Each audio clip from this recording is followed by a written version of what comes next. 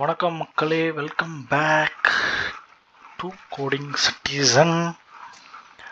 Okay, இப்போ என்ன பண்ண போகிறோம்?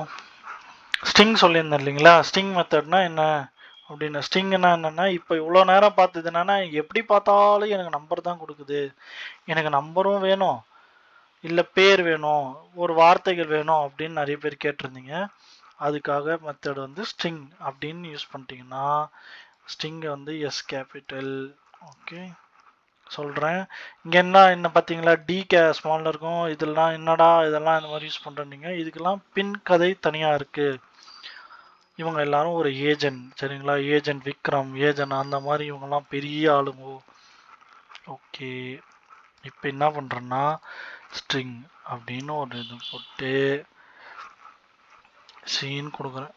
சி ஈக்குவல் டு ஸ்ட்ரிங் அப்படின்னா டபுள் கோட்ஸில் வரணும், கோடிங் சிட்டிசன் அப்படின்னு கொடுக்குறேன், சரிங்களா? இந்த ஸ்ட்ரிங்கில் என்ன எரர்னு பார்க்காதீங்க, செமிகோலன். கோடரில் நம்ம எல்லாரும் பண்ணுற ஒரே தப்பு செமிகோலன் விடுறது தான். ஓகேங்களா? இப்போ ஸ்ட்ரிங்குன்ற மெத்தடு நமக்கு வாக்கியங்களை ரிட்டர்ன் பண்ணும்.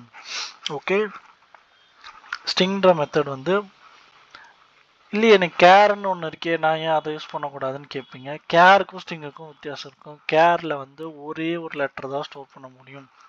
ஏபிசி அப்படின்ற ஏதாச்சும் ஒரு லெட்டர் தான் ஸ்டோர் பண்ண முடியும். ஓகேங்களா?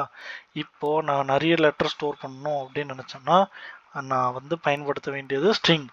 ஓகேங்களா? இதுக்கு அடுத்து நான் கேர் யூஸ் பண்ணி ஒன்று எதனா ட்ரை பண்ணுறேன், பார்த்துட்டு உங்களுக்கு சொல்கிறேன். ஓகே, இப்போ இந்த ஸ்ட்ரிங் மெத்தடை சம்மன் போட்டேன், சாரி, ஸ்ட்ரிங் மெத்தட் அப்படின்னே கொடுக்குறேன், சரிங்களா? ஏன்டா சம் கொடுக்க வேண்டியது தானேன்னு கேட்பீங்க. சம் வேண்டாம், ஏன்னா கன்கான்டினேஷன் அப்படின்னு அர்த்தம். அதெல்லாம் என்னன்றது நம்ம கொஞ்சம் கொஞ்சமாக பார்ப்போம், வேறு ஒன்றும் இல்லை, சரிங்களா? ஸ்ட்ரிங் அப்படின்றது ஸ்ட்ரிங் மெத்தட் பண்ணிட்டேன், கால் பண்ணிட்டேன். ஓகேங்களா? இந்த ஸ்ட்ரிங் மெத்தட் நான் அமிச்சது பிரிண்ட் பண்ணுதான்னு எனக்கு எப்போ தெரியும்? கரெக்ட்.